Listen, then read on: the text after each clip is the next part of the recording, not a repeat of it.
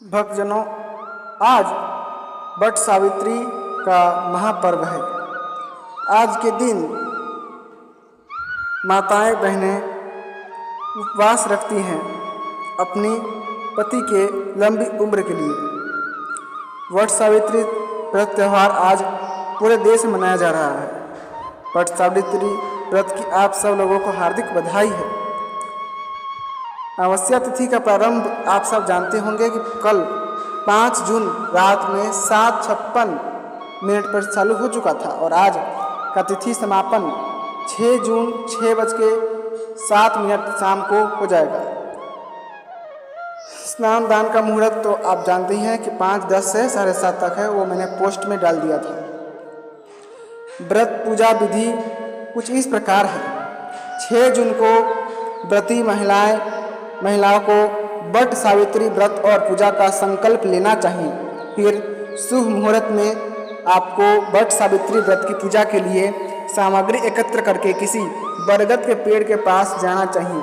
वहाँ उसके नीचे ब्रह्मदेव, देवी सावित्री और सत्यवान की मूर्ति को स्थापित करें। फिर उनका जल से अभिषेक करें। उसके बाद ब्रह्मदेव, सत्यवान और सावित्री की पूजा करें। एक एक करके उनको पूजा सामग्री चढ़ाएं। फिर रक्षा सूत्र या कच्चा सूत्र लेकर उस बरगद के पेड़ की परिक्रमा 7 बार या 11 बार करते हुए उसमें लपेट दें। फिर आसन पर बैठ जाए। अब आप वट सावित्री व्रत की कथा सुन सकते हैं। फिर ब्रह्मदेव, सावित्री और सत्यवान की आरती करें। तो चलिए भक्तजनों, अब जानते हैं वट सावित्री व्रत की कथा। तो कथा इस प्रकार है। स्कंद पुराण में जो प्रभास खंड है जो कि भगवान शिव की लीलाओं का एक अनुपम कथाएं हैं जो प्रभास खंड में मिलता है। उसी प्रभास खंड की ये कथा है जो स्कंद पुराण में है। स्कंद पुराण में वट सावित्री व्रत की कथा के बारे में वर्णन मिलता है जो कुछ इस प्रकार है, जिसमें देवी सावित्री के पतिव्रता धर्म के बारे में बताया गया है। और मैं बताना चाहूँगा कि ये जो प्रभास क्षेत्र है वह वर्तमान गुजरात के सोमनाथ में है, जिसे प्रभास पट्टन भी कहते हैं। और इसी जगह देवी सावित्री और उनके पति की यह सुंदर घटना घटी है। और यही परम स्थान है जहाँ पर उनकी ये दिव्य कथाएं का प्रचार हुआ है। परंतु ज़्यादातर देखा जाए तो यह त्यौहार उत्तरी भारत में ज़्यादा मनाया जाता है। देवी सावित्री का विवाह सत्यवान से हुआ था, लेकिन वे अल्पायु थे।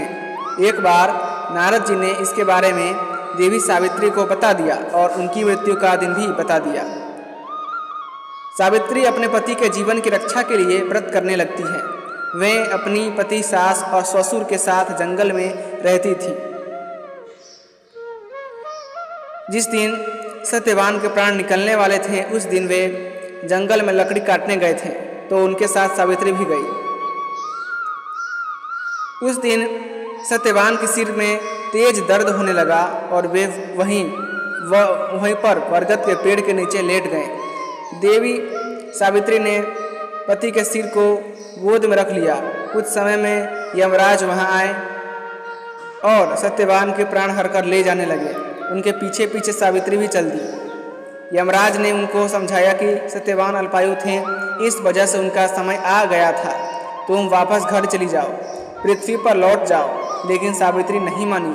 उनके पतिव्रता धर्म से खुश होकर यमराज ने सत्यवान के प्राण लौटा दिए, जिससे सत्यवान फिर से जीवित हो उठे। ज्येष्ठ अमावस्या तिथि को यह घटनाक्रम हुआ था और अपने पतिव्रता धर्म के लिए देवी सावित्री प्रसिद्ध हो गई। उसके बाद से ज्येष्ठ अमावस्या को ज्येष्ठ देवी सावित्री की पूजा की जाने लगी। वट वृक्ष में त्रिदेव का वास होता है और सत्यवान को वट वृक्ष के नीचे ही जीवन दान मिला था। इस वजह से इस व्रत में वट वृक्ष, सत्यवान और देवी सावित्री की पूजा करते हैं। यह कथा आप सबको अवश्य अच्छी लगी होगी। तो वीडियो को लाइक जरूर कीजिएगा, चैनल को सब्सक्राइब अवश्य कीजिएगा। और यदि आप और भी कथाएं सुनना चाहते हैं तो इस चैनल से जुड़े रहिएगा। धन्यवाद। जय श्रीमन नारायण।